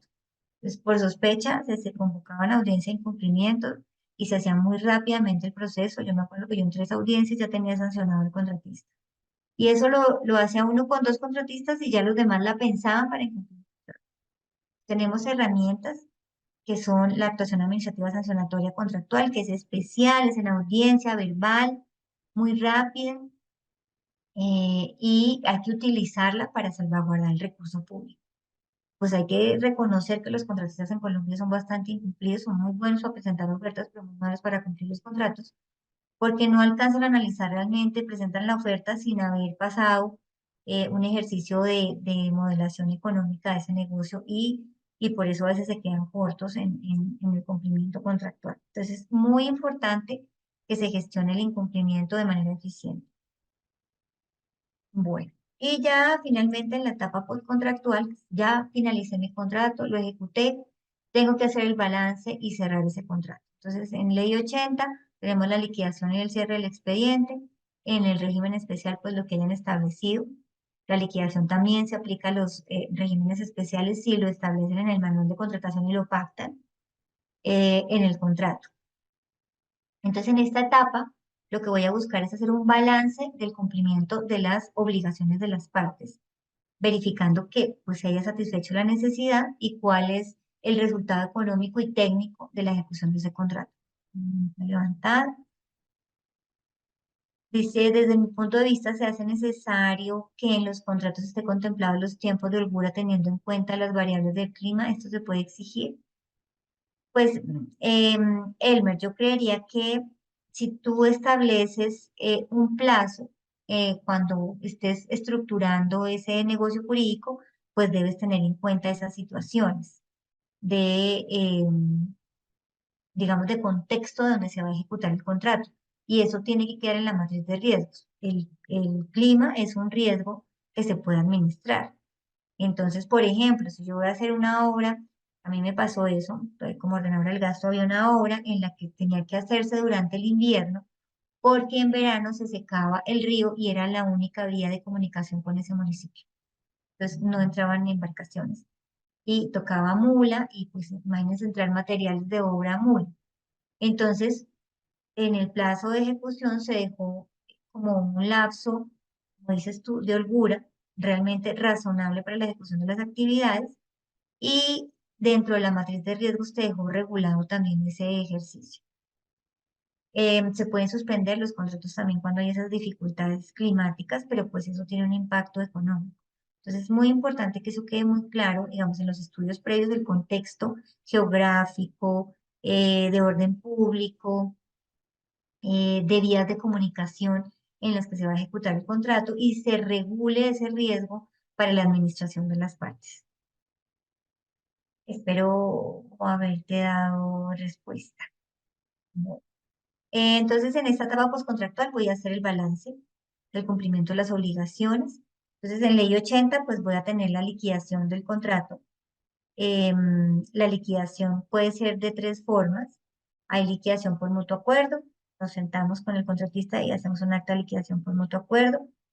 Ahí está la liquidación unilateral, que es el plazo para la liquidación por mutuo acuerdo, perdón, es el que pacten las partes o, en su efecto, 4 meses. La liquidación unilateral es que no me puse de acuerdo con el contratista o el contratista no concurrió, digamos, a la convocatoria que yo le hice para liquidar y entonces liquido unilateralmente expidiendo un acto administrativo.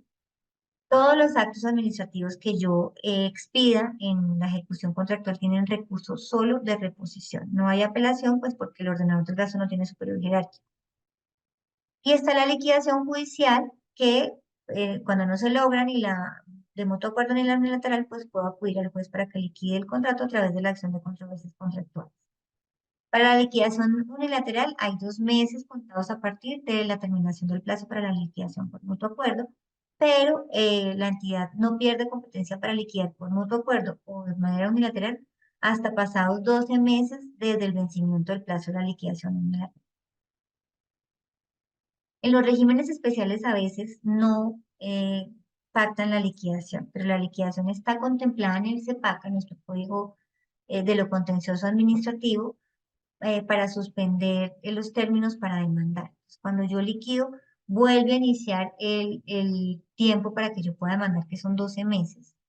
Entonces es bueno regular esa liquidación. No tendrán liquidación unilateral, pues no tienen esas posibilidades, pero sí pueden tener la liquidación por mutuo acuerdo, que es un buen ejercicio y que el acto de liquidación presta mérito ejecutivo, es decir, yo me puedo ir a un ejecutivo a demandar las obligaciones que ahí quedaron plasmadas, pendientes, eh, tiene una vocación jurídica de ser casi un nuevo negocio jurídico. Entonces, la liquidación es una buena herramienta. A veces tenemos que salvaguardar el cumplimiento del contrato en últimas en la liquidación.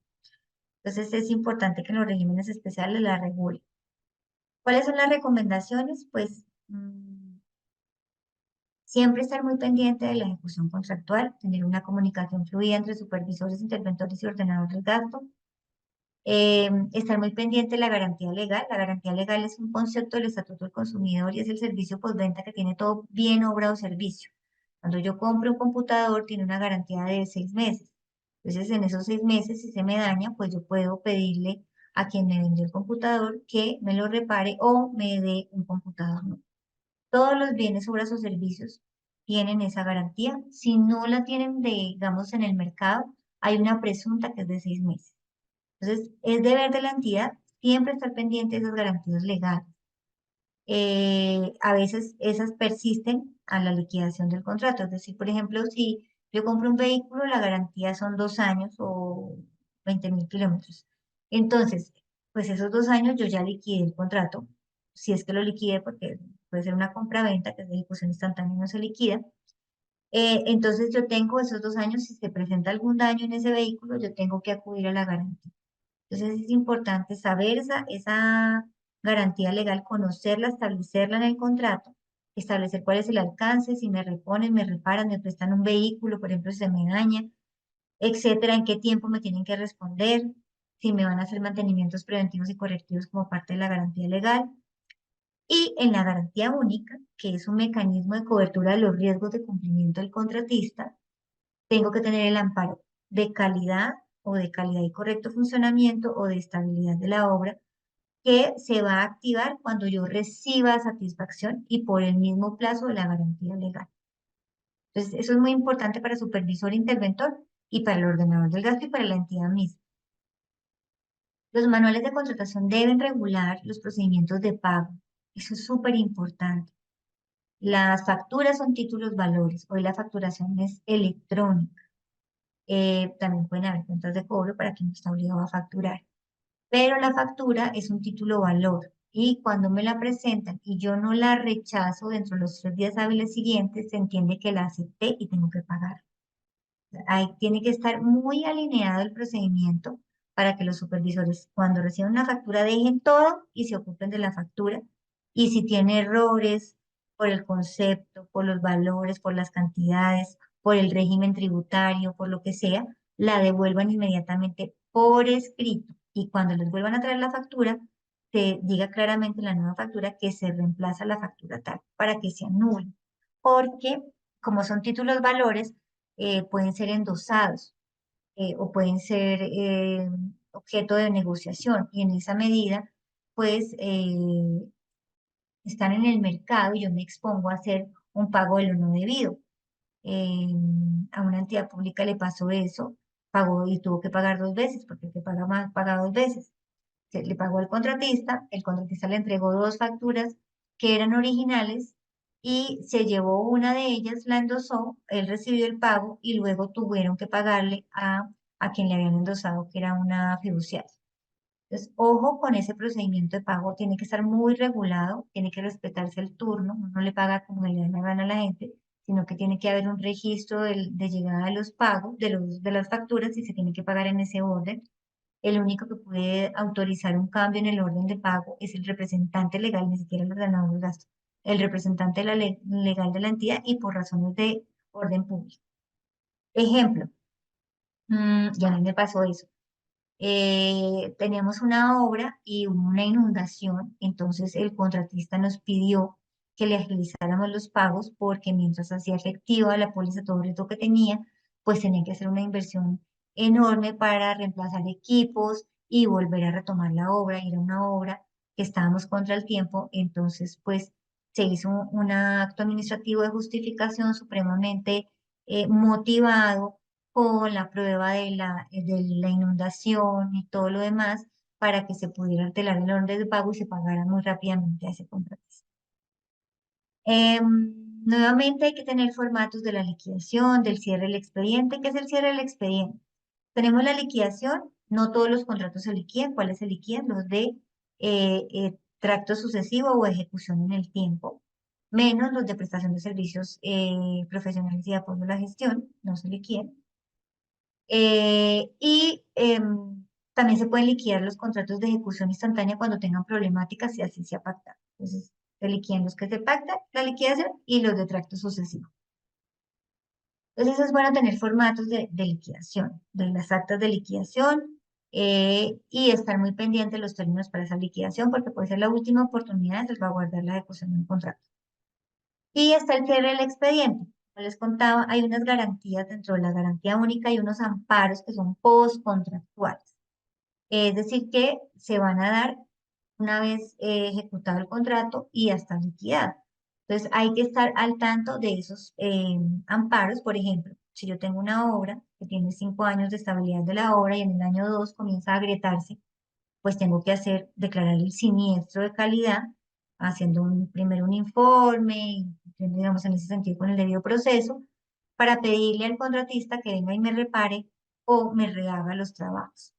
Entonces, cuando están pendientes esos amparos que están correspondientes a la garantía legal, pero también están en la garantía única, los amparos de la garantía única, de estabilidad de la obra, calidad y correcto funcionamiento, calidad, entonces el supervisor o interventor tiene que hacerlos efectivos y movilizar el ordenador de gasto para que se declare el siniestro.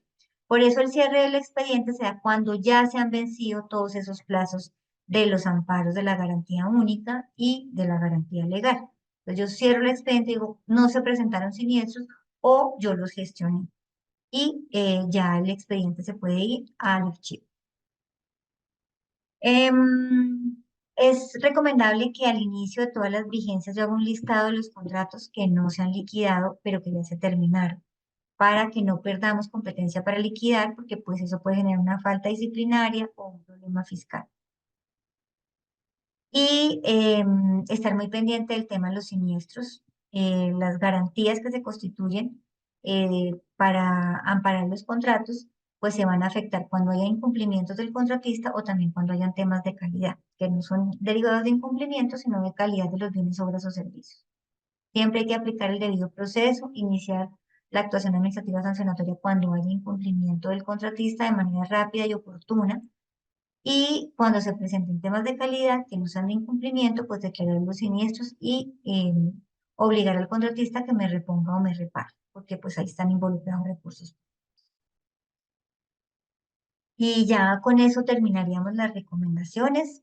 Realmente la forma de ejecutar de mejorar la ejecución presupuestal es contratando bien. Y eso exige que en cada etapa sea diligente, cuidadoso, puedo innovar, pero con responsabilidad. Si yo tengo una planeación estratégica adecuada, cumplo con los tiempos del Plan Anual de Adquisiciones, pues voy a lograr esa ejecución presupuestal para salvaguardar los recursos, para cumplir con mi misionalidad. Ustedes saben que cuando uno no ejecuta en un año y va a pedir plata al año siguiente, le dicen, pero si usted no ejecutó, usted es un mal ejecutor y no le doy. Entonces, em, la forma de cuidar los recursos y la forma de cuidar las entidades públicas o el cumplimiento de funciones públicas o administración de recursos públicos es siendo muy eficientes y eso significa trabajar por proceso, de manera motivada, organizada y con un ejercicio de seguimiento y control y comunicación fluida. Por eso la frase de las voluntades débiles se traducen en discursos, las fuertes en actos. La gestión contractual es acto por excelencia. Allí el discurso no nos sirve para nada. Entonces, seamos eficientes y enorgullezcamos al Estado siendo invisibles, porque ya les dije que la bondad no hace ruido y cuando nos va bien no salimos en ningún periódico o no nos llaman a ninguna emisora y eso es lo mejor que nos puede pasar. Muchas gracias. No sé si alguien de que antes de que cerremos la sesión tengan alguna duda, alguna inquietud que quieran poner acá en el chat o si quieren hacer una intervención pueden alzar la manito antes de que la doctora María Lorena se vaya. Pues antes de que haya alguna pregunta, profe, en nombre de Colombia Líder, de nuestras entidades aliadas como es la Conrad Adenauer, USAID a través de su programa Integra, agradecemos todo su acompañamiento en estas 2 horas que le quitamos, profe. Espero que todas las personas que se conectaron hayan aprendido, se hayan ido con nuevos temas, que hayan repasado contenido. Acá, como les decíamos en Colombia, y lo decimos siempre en nuestras charlas, acá venimos a aprender y a desaprender. Entonces, agradecerle enormemente por su espacio, por compartir con todos nosotros No, sus gracias a ustedes conocimientos. por escucharme. No, no, señora, su merced por aceptar la invitación de participar en esta nueva sesión de Colombia Líder y su Escuela de Gobernantes. Por acá Elmer Jiménez dice, solo darle gracias a la excelente profesional. Olga Beatriz dice, gracias Colombia Líder, a su equipo de trabajo, aliados por la valiosa oportunidad que nos brindan con tan enriquecedora capacitación. Gracias a la doctora por compartir su experiencia. Ana Lucía Castaño, muchas gracias, se integró en todo lo que se hace. María González dice gracias. César también, muchas gracias, doctora.